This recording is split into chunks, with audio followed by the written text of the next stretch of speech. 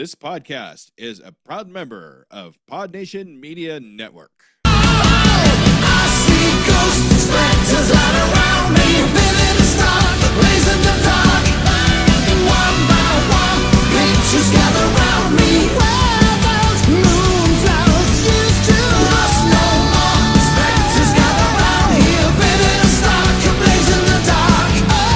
Night by night, stare into the black where moonflowers used to grow. Welcome back, everybody, to another episode of Paranormal: The New Normal. I'm your host, as always, Jeremy. Trying to make this world seem a little more normal. Does it ever really happen? Yeah, no. Never. Fucking ever. But that's okay. And it ain't gonna get any normal tonight, that's for damn sure. Because I am joined by a like-minded person, I guess I'll say. I am being joined by Robert Prevo, host of the Monstrous, the podcast, and also a paranormal investigator and author. So, folks, we got a 3-category winner here, and I am happy to have him. Welcome, Robert. How you doing tonight? Thank you, Jeremy. I'm doing great. Happy to be here. How are you doing, sir? I get to talk paranormal with someone who knows paranormal. That's always a good thing. So I'm good. I'm in a good mood. Good. Yeah, I've got a long background in it. So I've been dealing with the paranormal my entire life, and then of course cryptozoology since the early 2000s, if not before. And I'm into folklore, all of it. So wherever we go is wherever we go. Sweet. I like it. Well, first question I ask everybody basically on this show is, what got you into the paranormal back in those early days? Okay, so like I said, been dealing with it my entire life. So about as long as I can remember, I was always dealing with the paranormal as a kid. I think it's kind of like any other researcher that's involved in this. They had some kind of experience in their life. And with me, it just so happens that, it was throughout my childhood, had different periods of time where there were different entities, different ghosts, things like that. Always interested in the strange, like every other Gen Xer. I grew up with, all the shows that In Search of, the X-Files and all that fun stuff. So, I was just primed for it, I guess. They really were, I truly haven't thought about that in a lot of detail, but they kind of were setting up that generation to get into it in a way. I mean, my generation to some degree as well, but not as much as you guys. You guys had all the cool original shit. We had all the copycat shows. Yeah. Well, if you think about it, the 70s and 80s, that's when the slasher movies started. So that's when you had Jason, the Halloween, all of that. And then, of course, you had the Howling movies. The different vampire movies got big in the 70s and 80s. We were on the tail end of, actually the after effects of Hammer Theater. So, everything we were primed. We hit it just right as far as, we had the older siblings or the parents who, grew up with Lon Chaney Jr., Bela Lugosi, all of that stuff. So we were watching the old black and white stuff. We were watching the stuff from the 60s, and we just got hammered with it. So, yeah. Got hammered with Hammer Productions. Yep. Exactly. You did. I mean, yeah, we do a lot of horror movie brackets on this show every once in a while, so I am versed in the horror to some degree, just not the older stuff as much as I'd like to be. Someday when we get to those, because I do have a Hammer Films bracket, actually, but someone's got to pick it for it to actually get put in, and nobody has yet, surprisingly. I'm a little bit amazed. That is a shame. Yeah, that's a shame, because they really should. Well, then again, my topics haven't got put in either yet, and it's been like 4 freaking wheel spins now, so yeah, there's a lot of topics, so it'll get there eventually. We're going to run out of stuff eventually, for sure. Oh, good. But, and yeah, I mean, they really did set you up for that. You got to love it. So, what was some of these ghost experiences you had when you were young? I'm kind of curious to hear what they were. So, one of the first ones I can remember, lived in a small town, and I think I was probably maybe 5 or 6. And so, like any other little kid, I was scared to death of the dark. And, most houses were set up to where the parents' master bedroom was at the end of the hall. My bedroom was on one side and the bathroom was on the other side. So in the middle of the night, of course, got up, had to go pee, sneak across real quick, get into there, before the boogeyman can get me, flip on the light, do whatever I got to do, turn off the light, head out in the hallway, and try to get back to my bedroom. Well, this time when this happened, I step out, turn off the light, and I think I see my mother stepping out of the bedroom, and she's getting ready to walk past me. Well, being a little jerk, like, most little kids are with ADHD, I thought I'm going to bump into her. So I go to bump into her, and I hit the wall on the other side of the hallway. And I look around, and there's nobody there. And so that very quickly got me straight into bed. So that was my first encounter that I can really remember was something that I couldn't explain, because it wasn't my mom. I asked her the next day, I was, told her the whole story, and she's like, no, I never got out of bed. And I was like, okay. So then the next one I can remember, the house was an old house. It was a 2-story kind of split level, had the attic and everything, which was really creepy because the entryway to the attic had stairs and one of those big old doors in the front of it, and just happened to be right across from my bedroom. But that wasn't even the scarier part. It was one night I was sick, and so Mom wanted me to just lay in their bed in the bedroom, which just happened to be right off of the living room. And it had those old accordion doors, those old vinyl accordion doors. And so she had it all closed off, and it was dark in there, except for the light that was coming underneath those accordion doors. And I was laying there trying to go to sleep, but of course I can hear TV and everybody else out there. And I start to notice movement. And there's just enough light that I can make out that there's these little shadow figures moving all around the bed. Ooh. So, yeah, and I think back on it now, and of course, this is the early 70s. So, I don't know if I was influenced by Star Wars and Jawas, because they were about the size of that, so you always have to bring into question, what was on your mind whenever something like that happened, if you're going to be a critical thinker. So there was that. Later on in yet another house, I have to add in here, my dad was in the Army, retired Army. So about every 2 years we moved around. So we were in another house and woke up in the middle of the night, and there was this white thing standing at the end of my bed. And the only way I can possibly explain what it looked like is, and it's horrible, but kind of like if you had a hologram of a Ku Klux Klan member. It was that kind of white, just standing down there at the end. And so, of course, it scared me. And like every other kid, I thought my blankets would protect me from everything. So I'm hiding underneath the blankets, peeking out every so often. And every time I peek out, this thing is just a little bit closer. So I finally freak out because it's way too close, and I holler for my dad to come in there. Of course, he comes running in there like somebody's trying to abduct me, because I'm screaming like somebody's trying to abduct me. And I'm like, turn on the light, turn on the light. He turns on the light, and I'm like, okay, it's gone. Turn off the light. He turns off the light, and there's nothing there. So, just little random things like that. Later after that house, we moved to a rural area.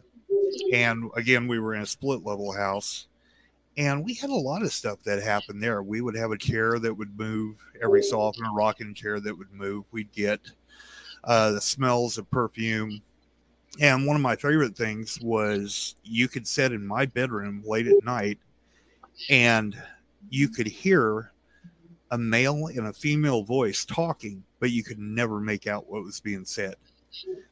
It sounded like you could put your ear like right up against the wall and you'd be able to hear it better. But as long as you didn't touch that wall, you could hear it pretty clear. But once you put your head to the wall, you actually couldn't hear it any better. It got much worse, there's always the thought that maybe it's mom and dad talking. Nope. Wasn't them talking. Wasn't a TV on. Wasn't anything.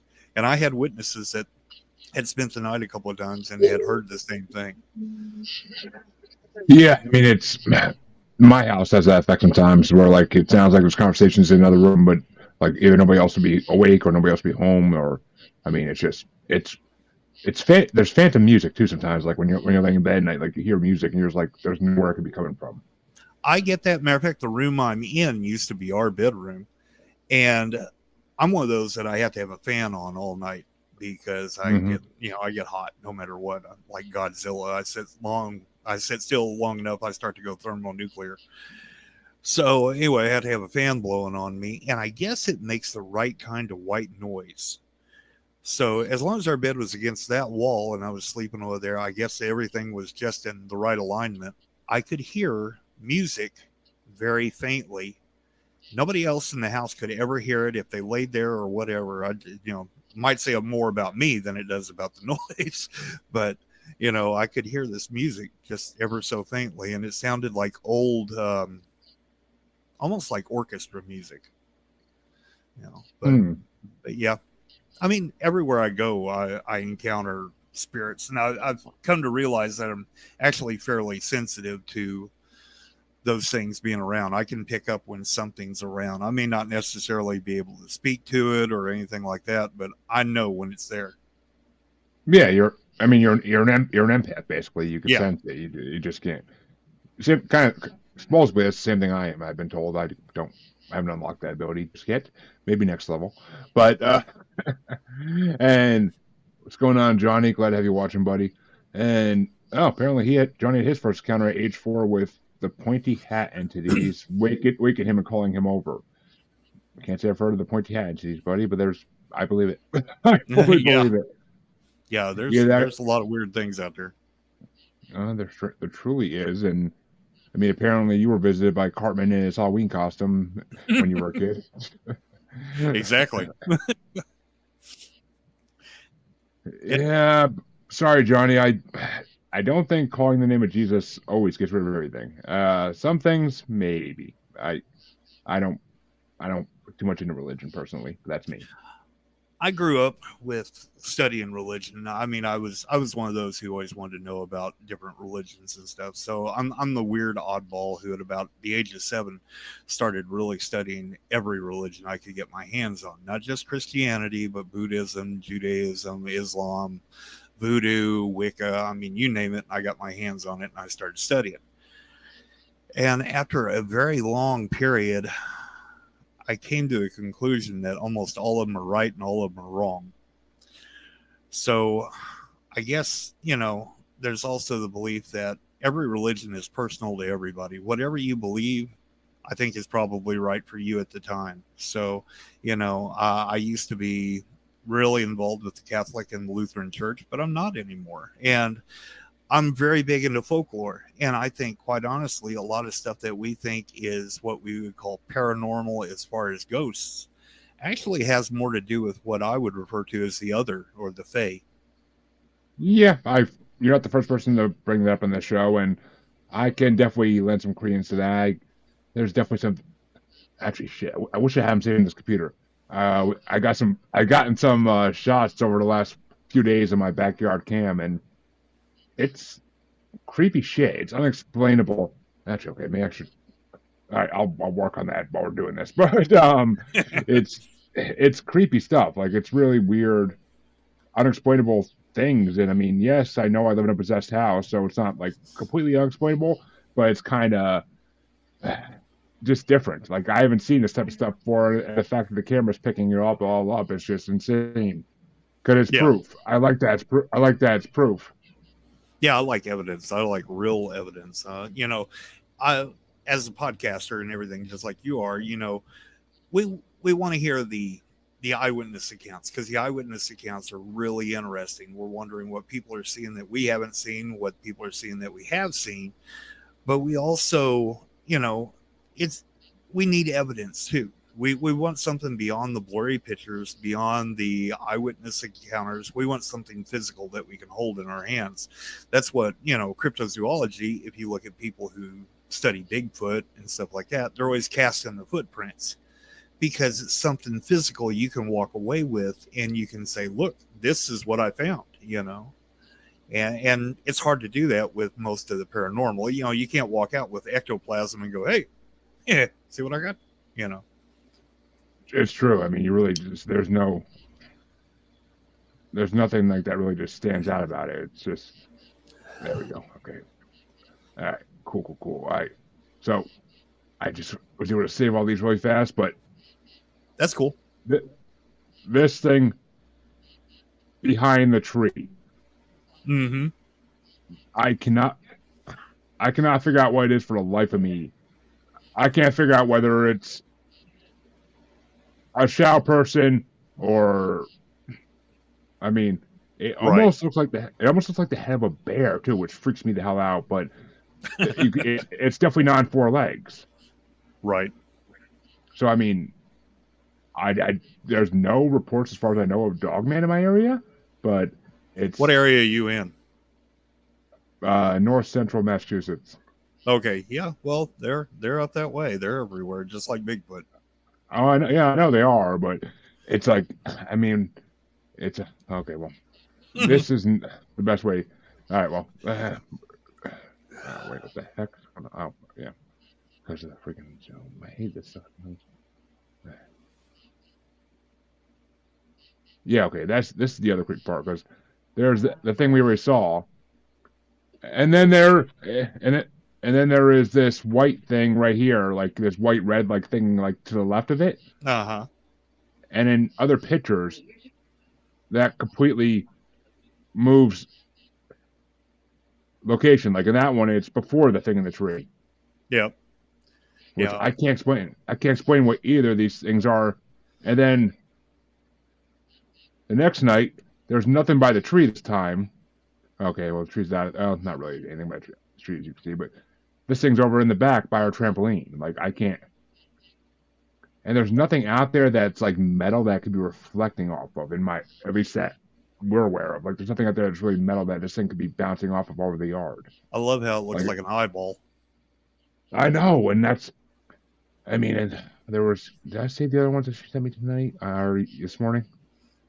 There was ones from last night that were. Oh yeah, this is it from last night, which someone pointed out to me earlier when I shared it in Paranormal Group. They're like, that kind of looks like a face, like in the sky. Mm-hmm.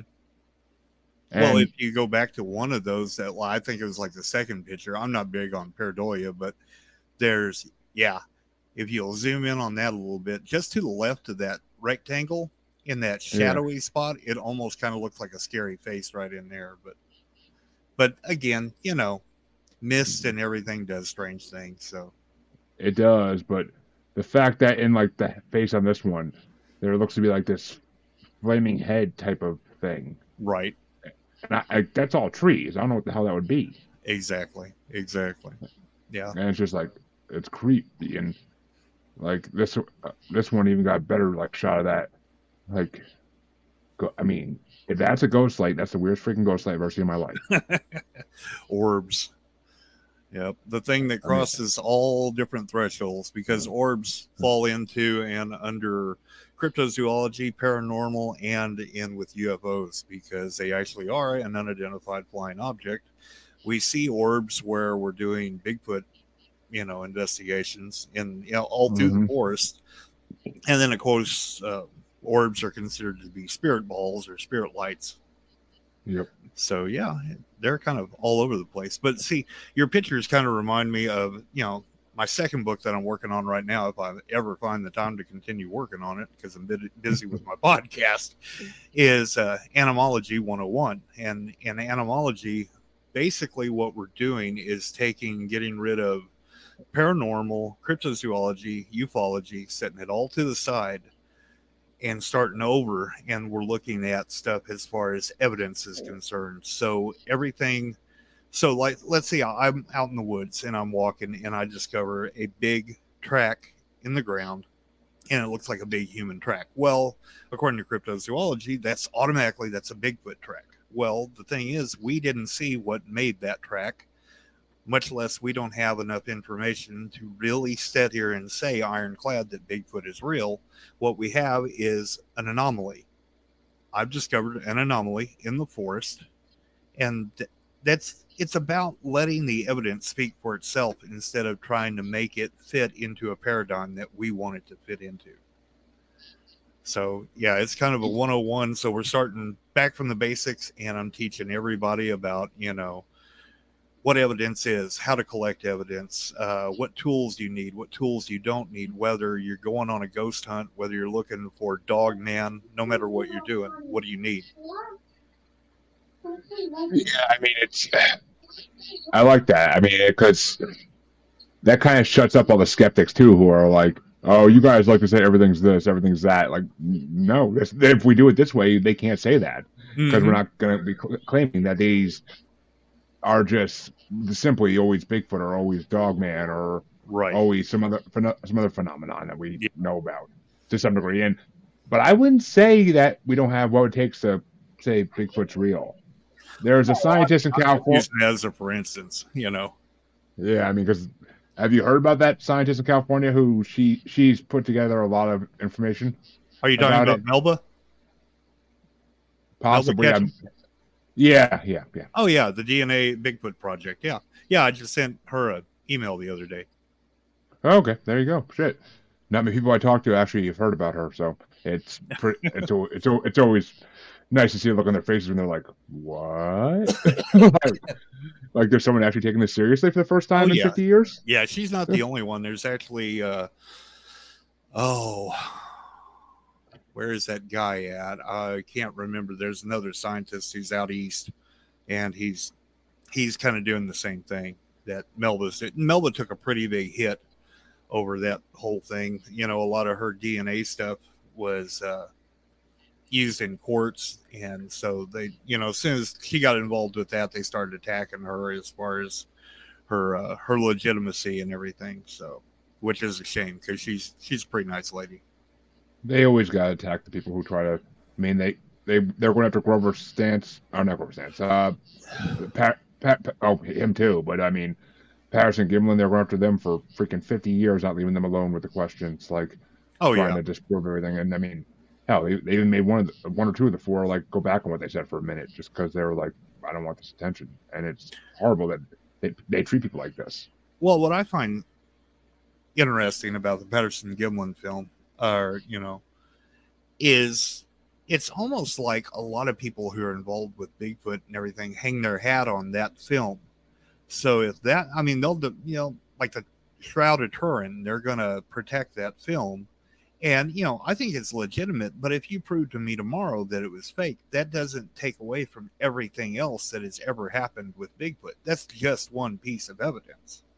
Yeah, exactly. I mean, you know, because we have all the tracks, we have all the eyewitness sightings, we have, you know, if you listen to something like Sasquatch Chronicles or, you know, any of the other Bigfoot podcasts, there are thousands upon thousands of people who have had eyewitness encounters, you know, including me, you know. So to say, well, if the Patterson Gimlin film is fake, then it's all fake. No, it doesn't work that way.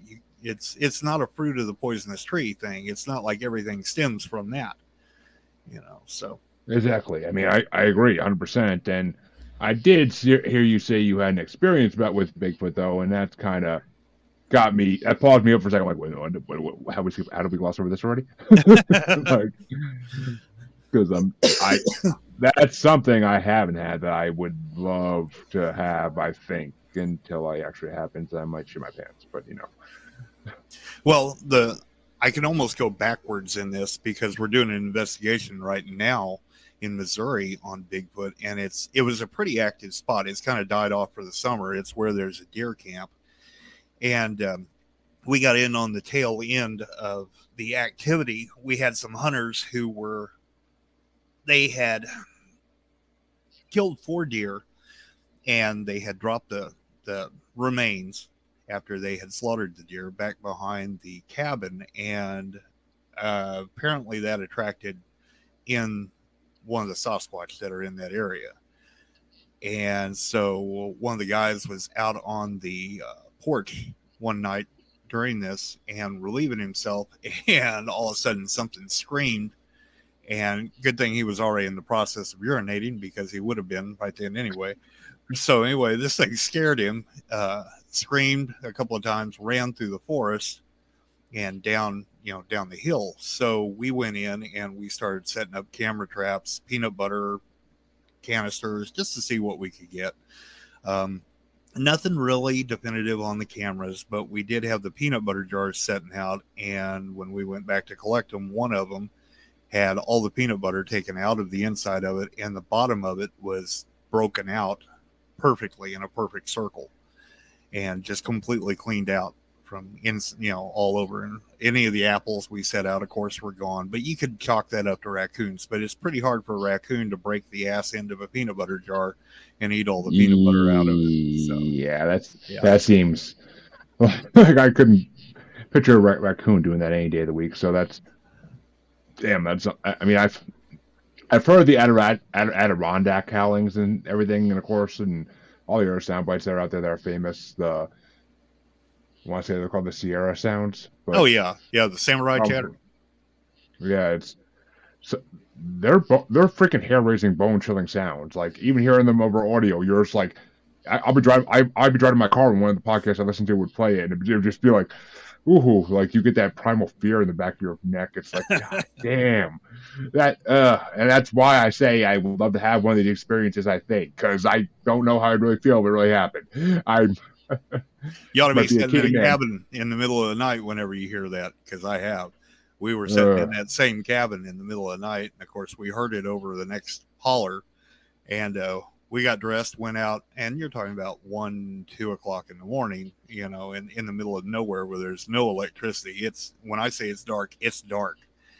And luckily it was a starry night, so we're sitting out there on the front of the cabin, and we didn't hear any more screams, but we heard the whole 600-pound owl in a tree, just not maybe 200 yards away. So this thing is trying to sound like an owl, and it's very close to the cabin, and it's just this really deep, ooh, and you're like, we were both looking at each other and looking at that tree and going, that ain't no damn owl, And then later after that, before it was probably early spring, we decided we were going to go up there and, check camera traps and all this other stuff. And we got up there, got out of the vehicles and got to looking and noticed that there were fresh tracks. And we figured out these things were actually in the yard as we were driving up and had hauled ass out of there when they heard us pulling up. Mm-hmm. So we grabbed our gear and thought, well, we're going to walk out here and we're going to see what we can find, see what we can see. And so we get maybe 100 yards into the forest, and I told my buddy, I'm like, I'm one of these who I'm very against going out and beating on trees and hollering, and you don't know what you're saying, you don't know what you're doing. But I really hammered that in with him, we're not going to go out there and we're not going to do this. So I looked at him and I said, I have the overwhelming urge to just do a call. And he's like, really? And I said, I know it's dumb. But I said, something's telling me, just do a call and it'll answer. And he's like, okay, whatever. So I do this real deep, real loud, as loud as I can get it. It's not 2 seconds from in front of us, way off to the left, way back in the forest, we get a call back. And he looks at me and he goes, that's the one we've been hearing. And then it's not just a few seconds later, there's another one way off to the right, which is the direction we're headed, and it makes a similar sound. He goes, I didn't hear that one before. And I said, yeah. And he said, I think you pissed it off. And I said, no, I didn't piss it off. I said, I'm just letting them know that we're here and that we're not, we know they're here. They know, that we're here. And I want them to be comfortable with us being around out here so that they know that we're not trying to sneak up on them or do something wrong or whatever. We're just out here walking around looking. And if they want to show themselves to us, they can show themselves to us. If they don't, whatever, but we're going to go out and we're going to try to collect evidence. And we've found handprints in the mud. We've found footprints, and not everything's castable whenever you get out there. And that's what a lot of people don't understand is 99% of your tracks are not castable at all. There's a lot of leaf litter and there's a lot of, not every track is deep enough to cast. Exactly. I mean, and Johnny said it actually perfect timing when you were saying it. I wish we could decipher the Bigfoot language, maybe AI. You never know. It's possible. I mean, it's highly possible. If they put enough recordings into an AI generator, then maybe we could figure out something. But the problem is that you would have to collect all of your audio data from one area, from one group, because chances are that's like saying, we could decipher Native American language. Well, not if you're the Nazis and trying to figure out the Navajo language, because That worked during World War II, but Yes, it because did. nobody was ever able to decipher that. But so what one language in one tribe has may not be the language of another tribe. So okay, so what Sasquatch out in the Pacific Northwest is saying may not be the same thing that Sasquatch in Pennsylvania is saying. It may be a completely different language. We don't know. So you'd have to start with just one isolated group and work with that to try and decipher it. I mean, it's true. These things are all over the world, so they have to have different dialects and whatnot. I mean, just like we do. So I can't imagine it wouldn't be slightly different, at least, if not completely different. I mean, yeah, it makes sense. It does, and yeah, and Johnny, you're not wrong. There is a dimensional quality to Bigfoots about how they disappear and appear, and there have been stories of telepathy and Bigfoots and UFOs and all that. So, are they interdimensional? Yeah, I hate saying it, but yes, 10 to 1 they are. I hate saying it because I was always on the Gigantopithecus camp for the longest time. Let me think of how to address this. I think there is more than one answer to Sasquatch. And what I mean by this is I think that there is a biological answer as far as a true Sasquatch. I think that there is a large bipedal. I don't want to say ape-like because I don't think that they're ape. I think they're closer to being human beings, if anything. That is traveling around in North America, South America, Asia, all these different places. I think they're all loosely interconnected. And I think when we get into the more paranormal aspect, like trackways that appear out of nowhere, disappear, orbs that are involved, there's a whole lot what we call mind speak and other stuff. We might be dealing with a whole different entity that is traveling under the guise of what we think Sasquatch is. We actually talked about this on my podcast last night about Dogman, that maybe Dogman in its truth is more of a biological entity, just like Sasquatch, but there is something else that has figured out, okay, this is going to scare the crap out of you. And it's in the area, so I'm going to mimic that thing to get you terrified and, for lack of a better term, feed off of your terror. Exactly. I mean, Yeah. And there are two different classifications of dogmen. I don't remember the name. I don't remember the names off the top of my head, but there's one is basically more like a typical dog and it's just territorial.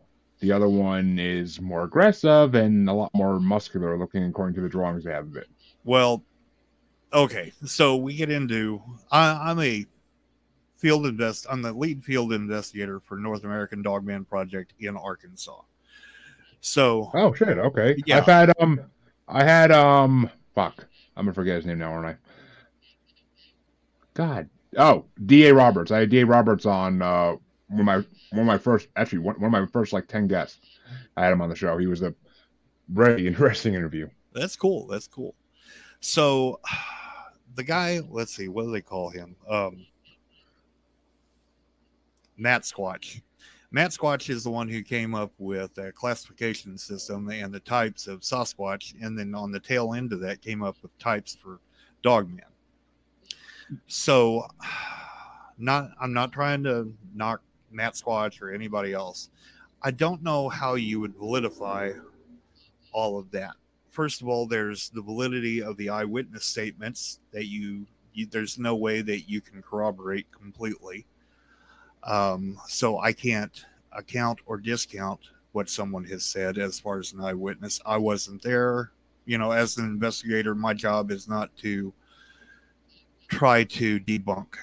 My job as an investigator is to collect information, collect data, eyewitness accounts, and put it in a database so that we can continue to add to it. That's it. That's all I do. On my own, I can speculate because, we're looking at different things. When it comes to Dogman, especially, Dogman kind of popped up out of nowhere back in the early 2000s when I was involved with cryptozoology.com. That's really when the Beast of Bray Road was really starting to pop up a whole lot in discussions. There was mention once in a while of the Michigan Dogman. We would talk about other things that were kind of, closely related. But as far as like really being hammered in, it's kind of like we went through this phase where there was, what is it? There was clowns. People were terrified of clowns for a while. That was all over the internet. Then there was the Slender Man stuff. That was all over the internet. Then there was the Wraith was all over the internet. It was just everything. And then it's Dogman and Skinwalker right now. Everything that somebody sees or can't explain, all of a sudden it's a Skinwalker. Oh my God, it's a Skinwalker. That's been blown completely out of proportion. The same thing with Dogman, and then Dogman and Skinwalker have been interchanged where one is the same and they're different. Or I know there's another podcaster out there who has said, well, there's two different ones. There's Dogman and then there's a werewolf. And I'm like, I have no idea where you're getting this crap from. I hate the term werewolf more than anything on this fucking earth. I really do, because it's a completely fictionalized version of something that actually exists. Right. And yeah, I mean, if you want to go back to folklore mythology, I think that's where the original idea for werewolves came from, was from people seeing Dogmen. But, I think so too. I mean, if you go back into folklore and legends and you look at the werewolf, generally what it was okay, it was either somebody cursed or somebody who had in their possession something that they could use that would turn them completely into a wolf. They wouldn't be part human, part wolf like a Dogman looks. They would turn completely into a wolf, go around, kill people, and then completely turn back. Usually it was a belt made from, wolf hide or something like that. And then we got into the whole, if the pentagram forms on your hand and, the wolf's bane, then you're cursed. And that fell over into the Luparu and then the Rougarou and then the Hexen Beast, and you have all these other different things. So, there's a lot of stuff that's tied in with that. There's actually a book that came out in the 70s, I think. It's called Human Animals. And the idea of the were creature has been all over the planet. It wasn't always a werewolf. There was the were hyena, the were lion, the were jaguar, the were leopard, the were bear, the were, everything.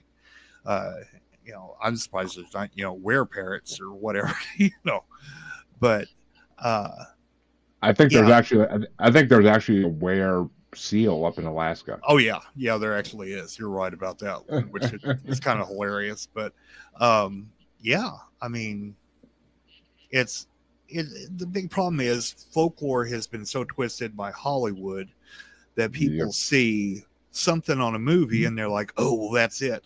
And then worse yet than that, you have people who have a responsibility to tell the truth. And because they want to make sure that they're getting, the likes, the views and all the other stuff, they're going to perpetuate that stuff. And that's not good. That's not good for our community. Our community has a big enough problem as it is. And, you've got a few people like me and others, and I'm sure as yourself, we're trying to get our community built back together. We had enough infighting in cryptozoology for years and years. We had, I can't even think of their names right now, Peter Byrne, oh my God, DeHinden. There was four of them. They were called the Four Horsemen of the cryptozoology. And those four guys could not stand each other, So there was a lot of infighting, and we have to get away from that. We have to get to where we need to take ourselves seriously if we're going to expect somebody else to take us seriously. It's true. I mean, look, even a more freaking modern day example. Look at the whole fiasco around Zach Baggins like a year ago. Oh yeah, that was. I mean, as much as I hate all those fucking ghost hunter shows. I hate them all. They're all the only show on nowadays I can stand is Skinwalker Ranch, and even a guy named Dragon pisses me off once in a while. But if you ever watch this Dragon, I truly apologize for the amount of times I make fun of you, but who the fuck names himself Dragon? Come on, dude. What are you, 5? But it's just, I mean, yeah, they're actually getting proof. So I actually love that show because they're actually helping the paranormal field a lot. I agree too. I agree. I mean, but all these other shows that have been out for the last 10, 15 years have just been fucking awful. I mean, all these ghost hunting shows. I mean, South Park nailed them all perfectly. I don't need to really go into them, but they're just horrible. They're so freaking horrible. I mean, it's just you're perpetrating this paranormal field and making it a joke like everybody already thinks it is. Like, I mean, not even so much anymore. It used to be a lot worse than 15 years ago. That you said you're in the paranormal, then people would just laugh at you. Yeah. Now you're gonna find at least one other person in that room who is like right there with you. You're always going to. So I mean, it's creepy. It's just, I don't know. I kind of dug myself into a hole here, and I don't have a shovel to get out. Well, the idea. Okay, so Ghost Hunters was one of the first ones that really threw us all under the bus, because Taps was actually doing a really good job until somebody wanted to make a show. And then when they came in, they found out that, well, there wasn't enough action. There wasn't enough stuff happening. So the producers were making noises and everything in the background to make stuff happen. And a lot of members of Taps were like, nope, and bailed. Mm-hmm. And so anybody that's ever been on an investigation, whether it's paranormal, cryptozoological, or whatever, let me tell you the first thing that you need to know about an investigation. It's boring as hell. Mm-hmm. You will go and you will be up all night, or you'll be, miles deep in the forest. It's hot, it's nasty, or it's cold and it's wet, or it's dark and there's mosquitoes, there's spider webs, there's all kinds of crap that you don't want to deal with. And 9 times out of 10, you will get no evidence at all. Yep. So, like, if you look at a season of Ghost Hunters or Paranormal State or any of these others that were really big at the time, Paranormal Cops was one, Ghost Cops, I forget what the hell it was called. Anyway, it seems like every episode, oh, well, we're just getting all of this data, all of this evidence. No, you're not. No, you're not, because you're not doing a real investigation. Real investigations are hours and hours and hours and days of tedious work to get 1 or 2 EVPs. If you're getting a full body apparition, that's probably maybe once every couple of years you'll get something like that. That's like hitting the lottery. Yeah, that's like hitting the lottery on a scratch ticket if you actually get a full body apparition. Yeah, go ahead. I would say it's not like Ghostbusters where every corner you turn there's a full body apparition waiting to get sucked up into the ecto. Right. Like, if you're in an area where the activity is that intense that you have full body apparitions continuously, I want to go there, because there is something really strange going on there, because that just does not happen. You may have the presence of something all of the time or most of the time, but that doesn't mean that you're going to get any really activity that you're going to be able to document. I mean, trust me, I freaking live with it on a daily basis, and we rarely get any proof, and we live with it, and we know we do, because we've had investigators come in. I've had psychics and mediums in this show tell me that I'm not wrong. Like, it's just, oh, right. And apparently there's more than I think there is. So that was a whole nother thing. But yep. It's, I don't know. I own like a hotel for spirits to just chill at. Apparently I own a hotel that spirits like to just stop by, like, and chill at for a little while. I guess I don't fucking know. But you got wanderers. Yeah. Yep, wanderers, exactly. Well, Johnny actually brought up a good point earlier, and I wanted to get back to it. Yeah, absolutely. He said the biblical giants also need considering, back when we were talking about Bigfoot a little bit. Oh, Lord. And yeah, I mean, its examples, of course, are the famous ones: Kandahar, Mexico, Peru, and that Canada YouTuber who just posted one a couple months ago. Okay, so we're getting into the Nephilim already, huh? I mean, I've already my listeners have heard me say what I think about them, so I'll let you say your opinion. Okay, so here we go. I'm getting ready to make everybody really, really mad. So if you look at the passage in Genesis about the Nephilim, first of all, it is misinterpreted. If you look at the original writing, it doesn't say what everybody thinks it says. And then the book of Enoch. All right, so let me try and explain this the best I can. I studied theology for years. So the books in the Bible were not written to be a Bible.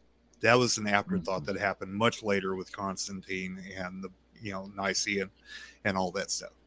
So there were all of these holy scriptures that told a story. None of them, first of all, were ever supposed to be taken literally. It's kind of like taking Grimm's fairy tales and trying to prove history through the Big Bad Wolf or, Hansel and Gretel. It was never supposed to be taken that way. Again, see, I'm going to make everybody angry Well- here. Yes. Well, wait a minute, Robert. Wasn't Hansel and Gretel about Epstein Island? Yeah. Oh, don't get me into politics. I'll go into politics real quick. We'll never get back. I know we try to avoid them on the show when possible, but I like to throw my comments here and there. Oh yeah, I know. Trust me. I have to keep politics out of my group simply so I'll be quiet. Exactly. Okay. Biblical giants then. So the Book of Enoch. The Book of Enoch is one of those books that was most likely written in order to explain that small passage in Genesis, because a lot of people had questions back then. This was really common. This was done by rabbis quite often back in the day. So even if we look at biblical stuff,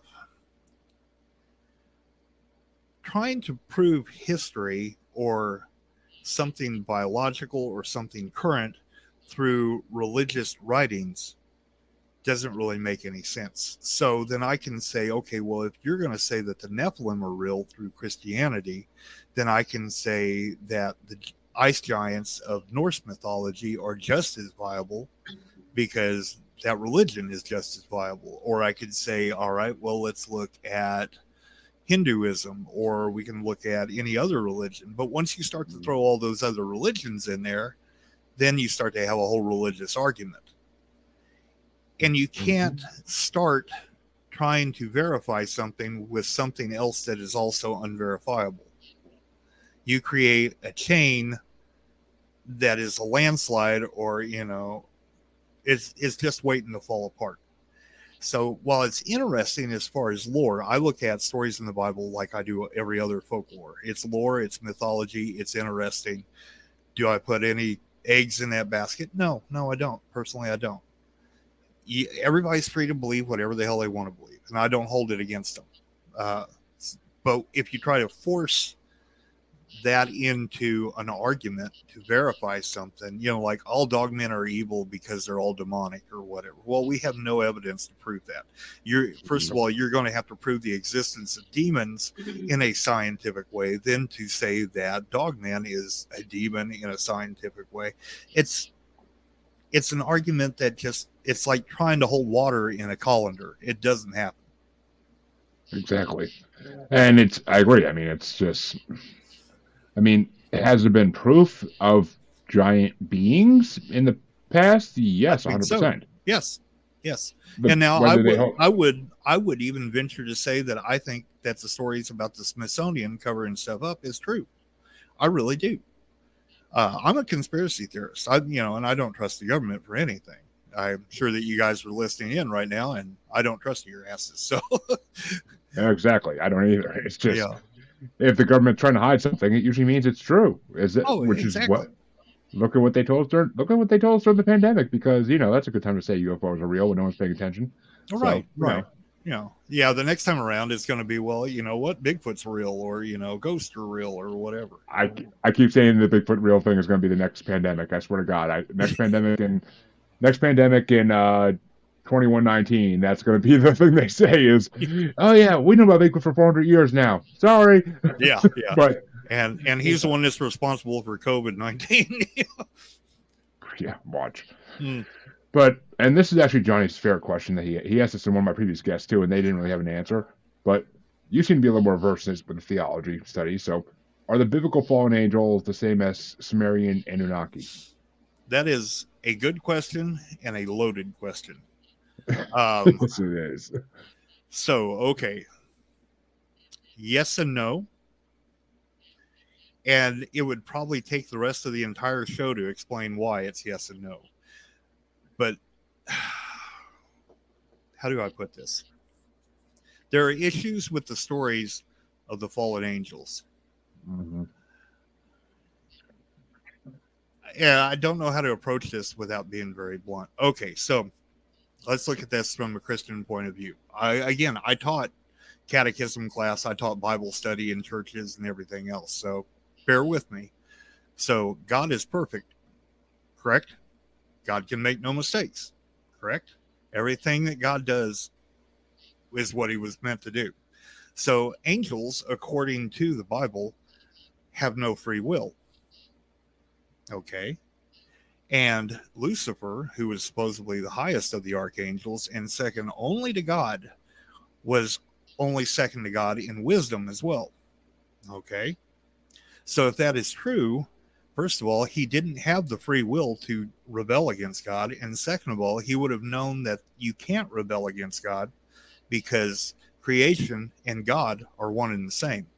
So how can you rebel against something that you are jealous of having and having control of? It doesn't make sense. What does make more sense is that there was something going on that maybe the angels felt that they needed to protect us from.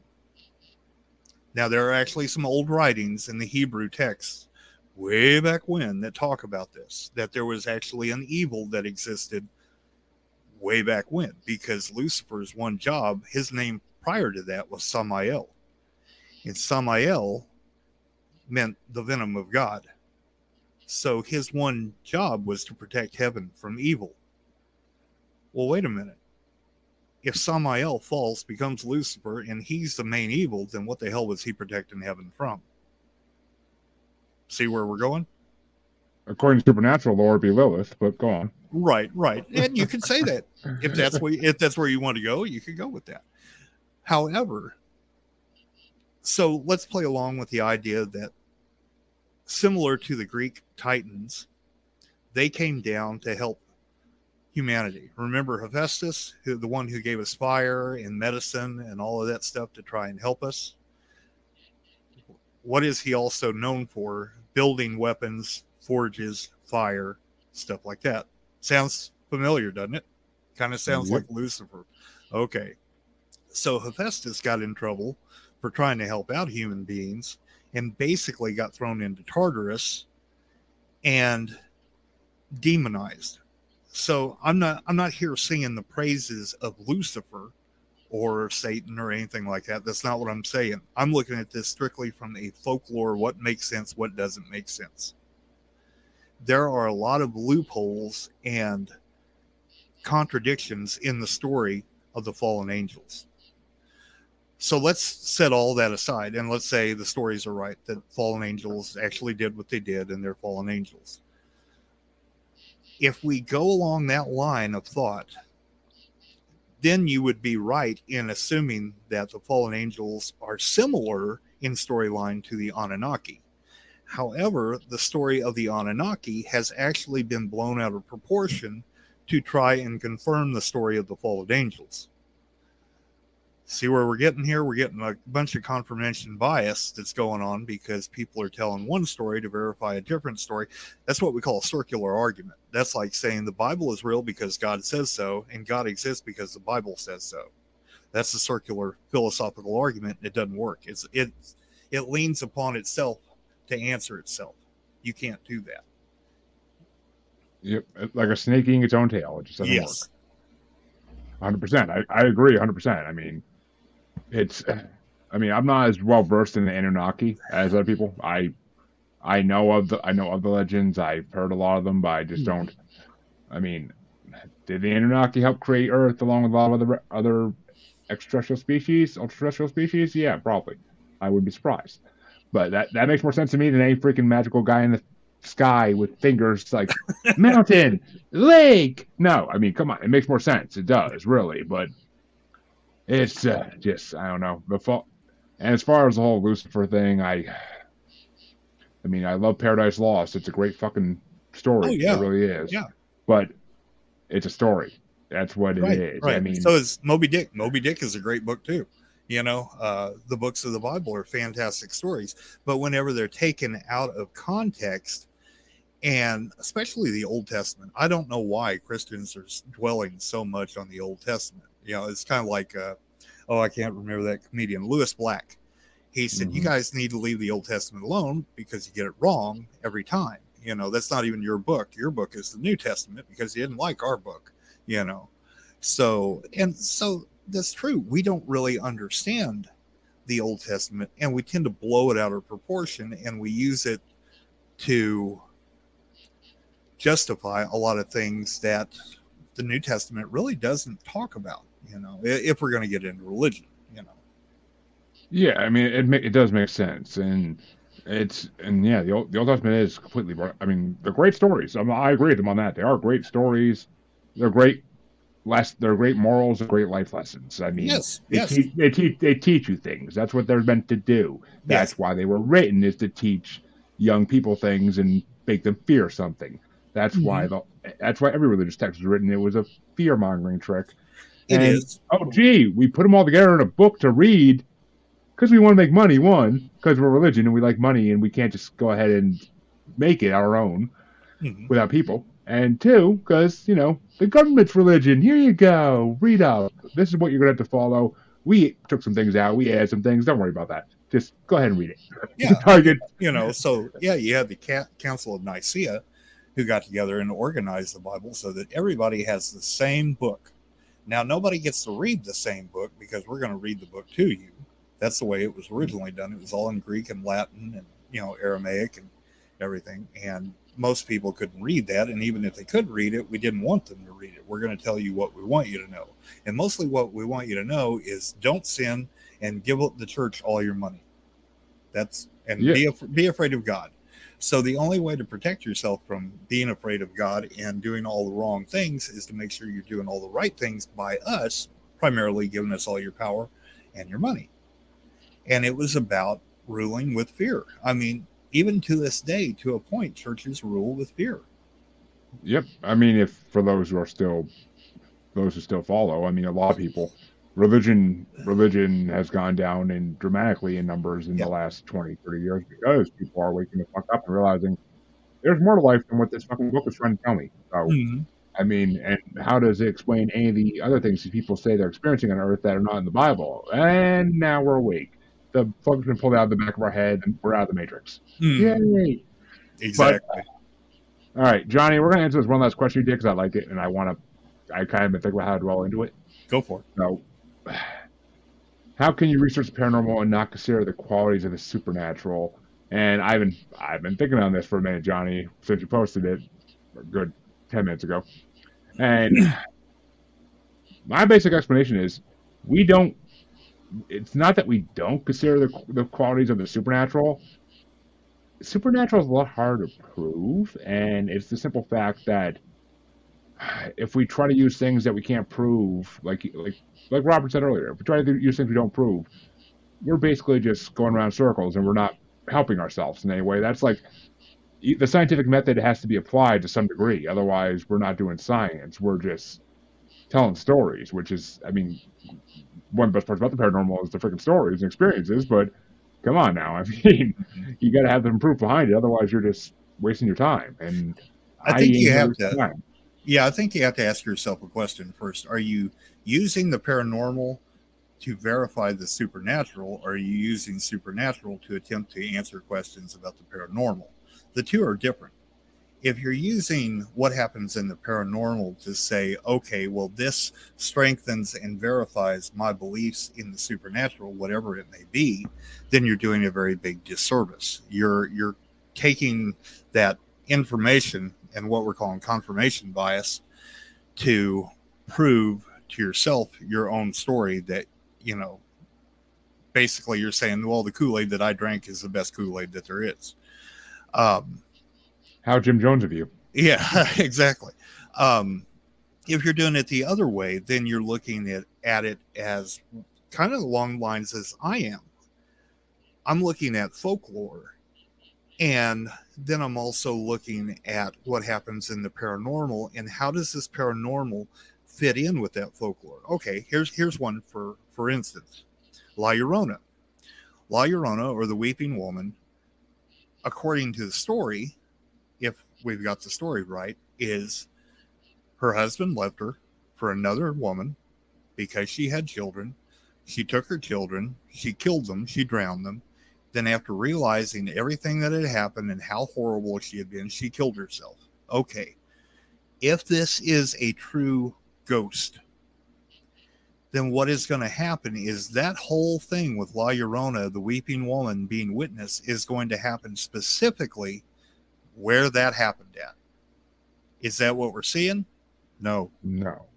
La Llorona is seen everywhere that there are Hispanics and that there are people who are familiar with that folklore.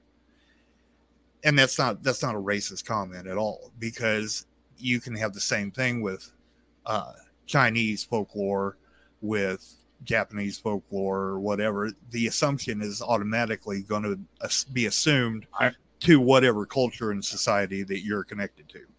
That'd be like saying that that's like when people try to tell the Banshee legend, and it's just Banshees are seen everywhere. When Irish people started coming to America, they were seen in America as well. Yeah. They weren't just seen in Ireland. Like, it's just, and yes, I mean, and do Banshees exist? I don't freaking know. I have not seen one. I don't want to see one because of what it means. So, by all traditional lore, but I mean, still, it's just, and who wants a screaming woman? I'm married. I already got one of those. Yeah, really. What's funny is, though, that La Llorona has a lot in common with the Banshee to a degree. If you get down to the nitty gritty of the Banshee, what Banshee actually means is woman of the hill. And the woman of the hill, a she was what we called a fey mound or an elf mound or whatever. And they believed that this was where the elves, the fairies, the fays, the trolls, whatever, lived. And this was a boundary between their world and our world. Her one job was to protect that mound. So if you got too close to that mound, you would hear that scream. That's how that all is supposedly started, according to folklore. Now, whether that's true or not, we don't know, but that's the folklore. Just like the folklore with La Llorona, just like the folklore with, the Japanese woman in white. It's always a woman in white. I have no idea why the hell it's a woman in white all the time. There's always a woman in white somewhere. Yeah, it's purity. Purity. It's purdy, yeah. But purity and purdy, yeah. Yeah, both of them. But what I was trying to get at with La Llorona is there's an inconsistency. If it's a real ghost and it's a real spirit and it's a one-time thing, it's going to happen in that very vicinity where all of this took place. That body of water, if it's like I drowned my kids, I don't know, wherever in Mexico. And that's where you're always going to encounter her. But we're encountering things that people are calling La Llorona all over the place. So what that tells me is, one, either the folklore has no bias in truth, which a lot of folklore doesn't, but that's not the case all the time. Or there is something out there, or a series of somethings out there, what I refer to as the other, which is able to tap into our folklore, our beliefs, our fears, our, all of our stuff that's in our minds, and use that to get us terrified. And maybe these things are feeding on terror. I don't know. But it doesn't make sense that 20 people in the same night in 20 different states are seeing La Llorona. No. It's too much inconsistency. Unless they're like Bigfoot. Unless they're really all around, and they're just, the Irish are just the first to really talk about it. And maybe, who knows? That's possible. When you get into the Fae and the other and stuff like that, yeah, I think they're everywhere. I don't think they were just in Ireland. I don't think they were just in England and Germany and France and stuff like that. I think we're talking about forest beings, spirits, whatever you want to call it. I think it's some, like you talk about paranormal and the normal being the new normal, which I think is true. I think the problem is we look at stuff as paranormal and it's unexplainable when it's actually a part of nature and what's normal, and we just don't know how to comprehend it. Exactly. We're just working to understand that.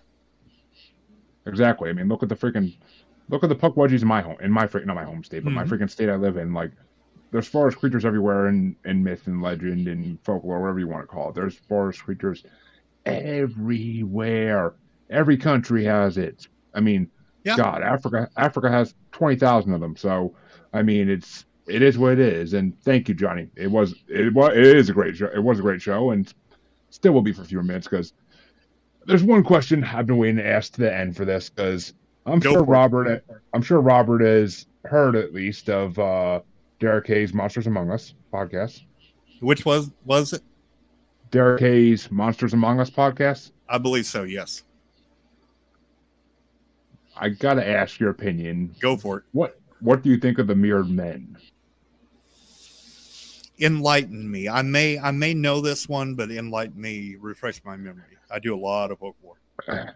They are. Is this like Glimmer Men?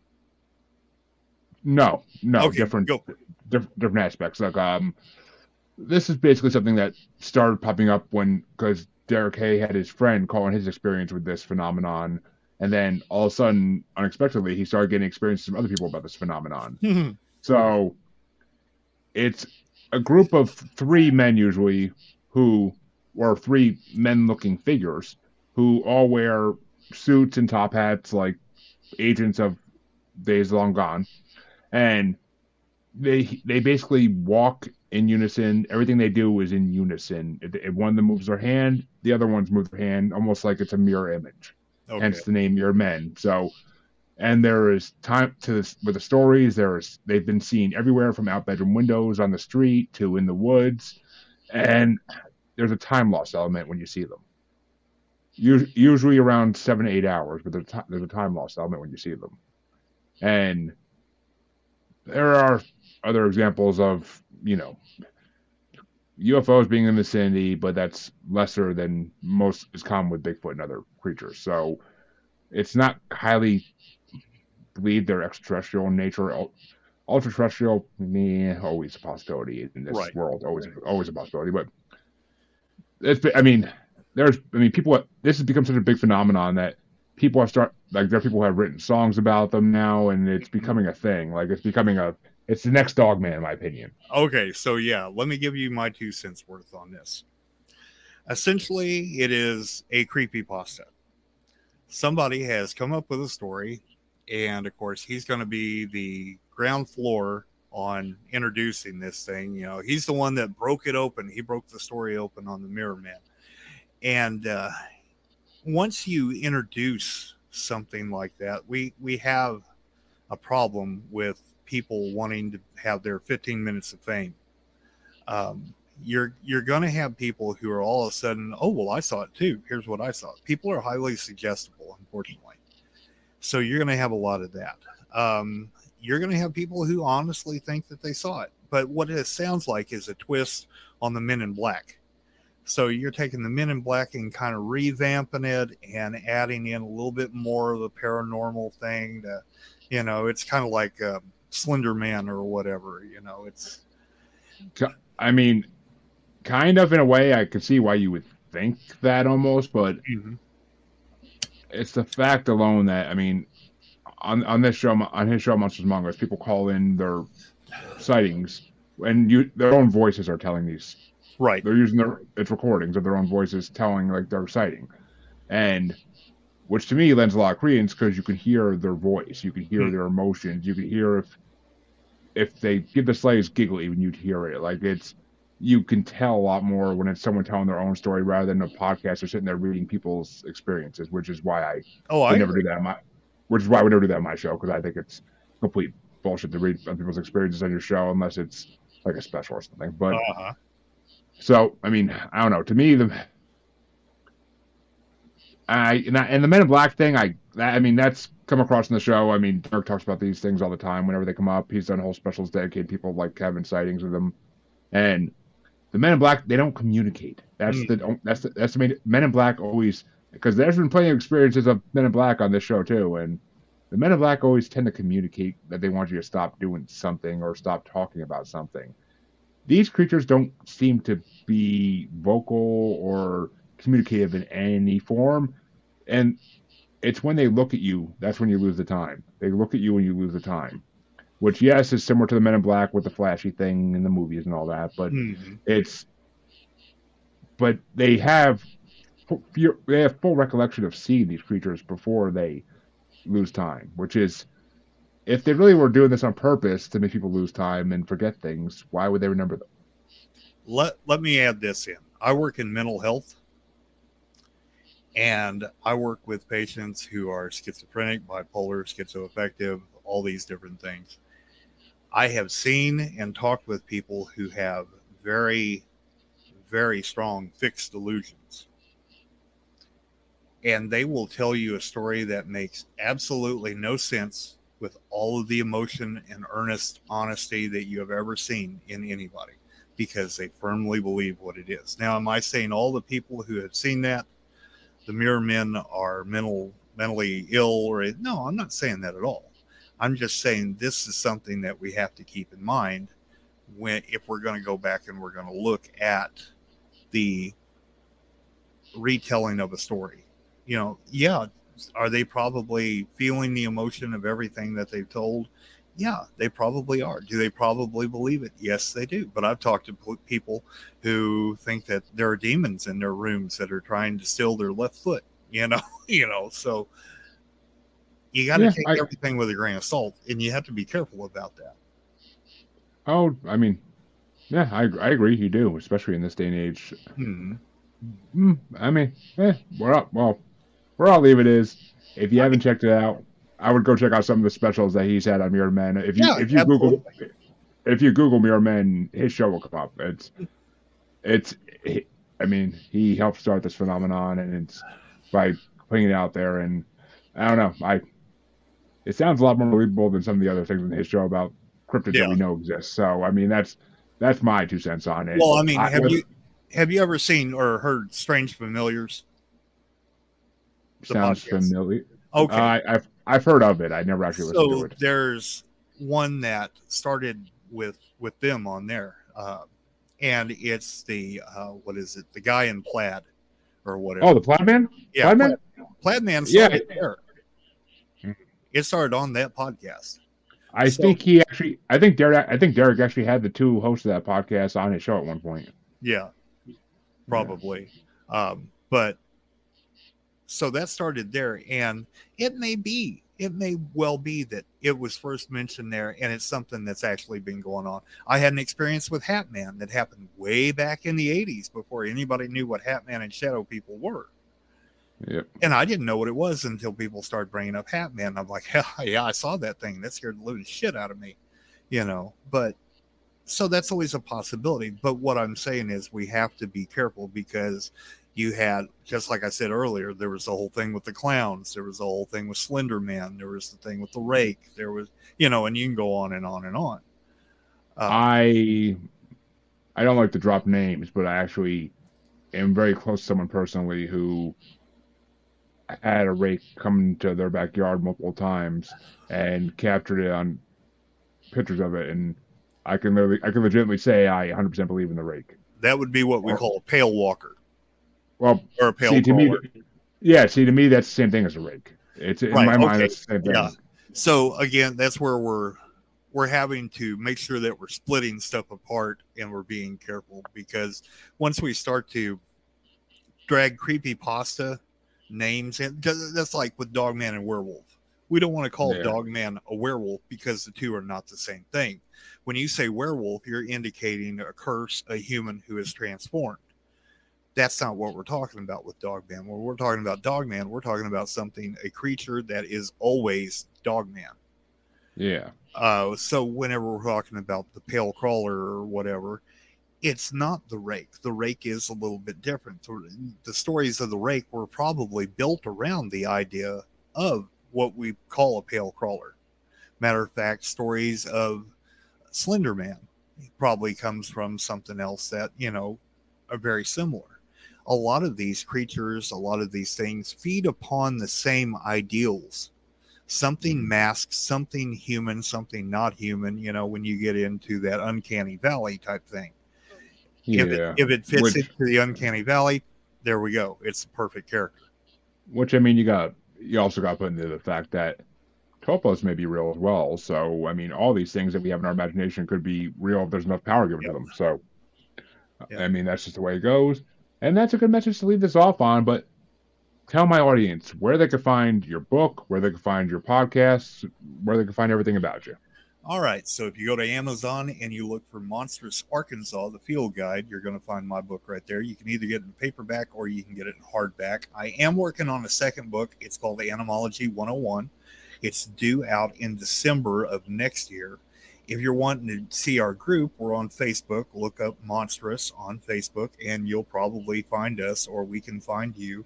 Usually everybody knows where we're at. If you want to join, we'd love to have you there. We talk about folklore, we talk about everything, as long as we can kind of keep the whole religion and the politics out of it. If you're wanting to find the podcast, go on YouTube or Spotify. I've got more episodes on YouTube right now. I think we're up to 10 episodes and we're growing. You can find us on Spotify. I think I've only got about 4 episodes on there right now. It takes a little bit longer to download those files and change it all around, but we're all over the place.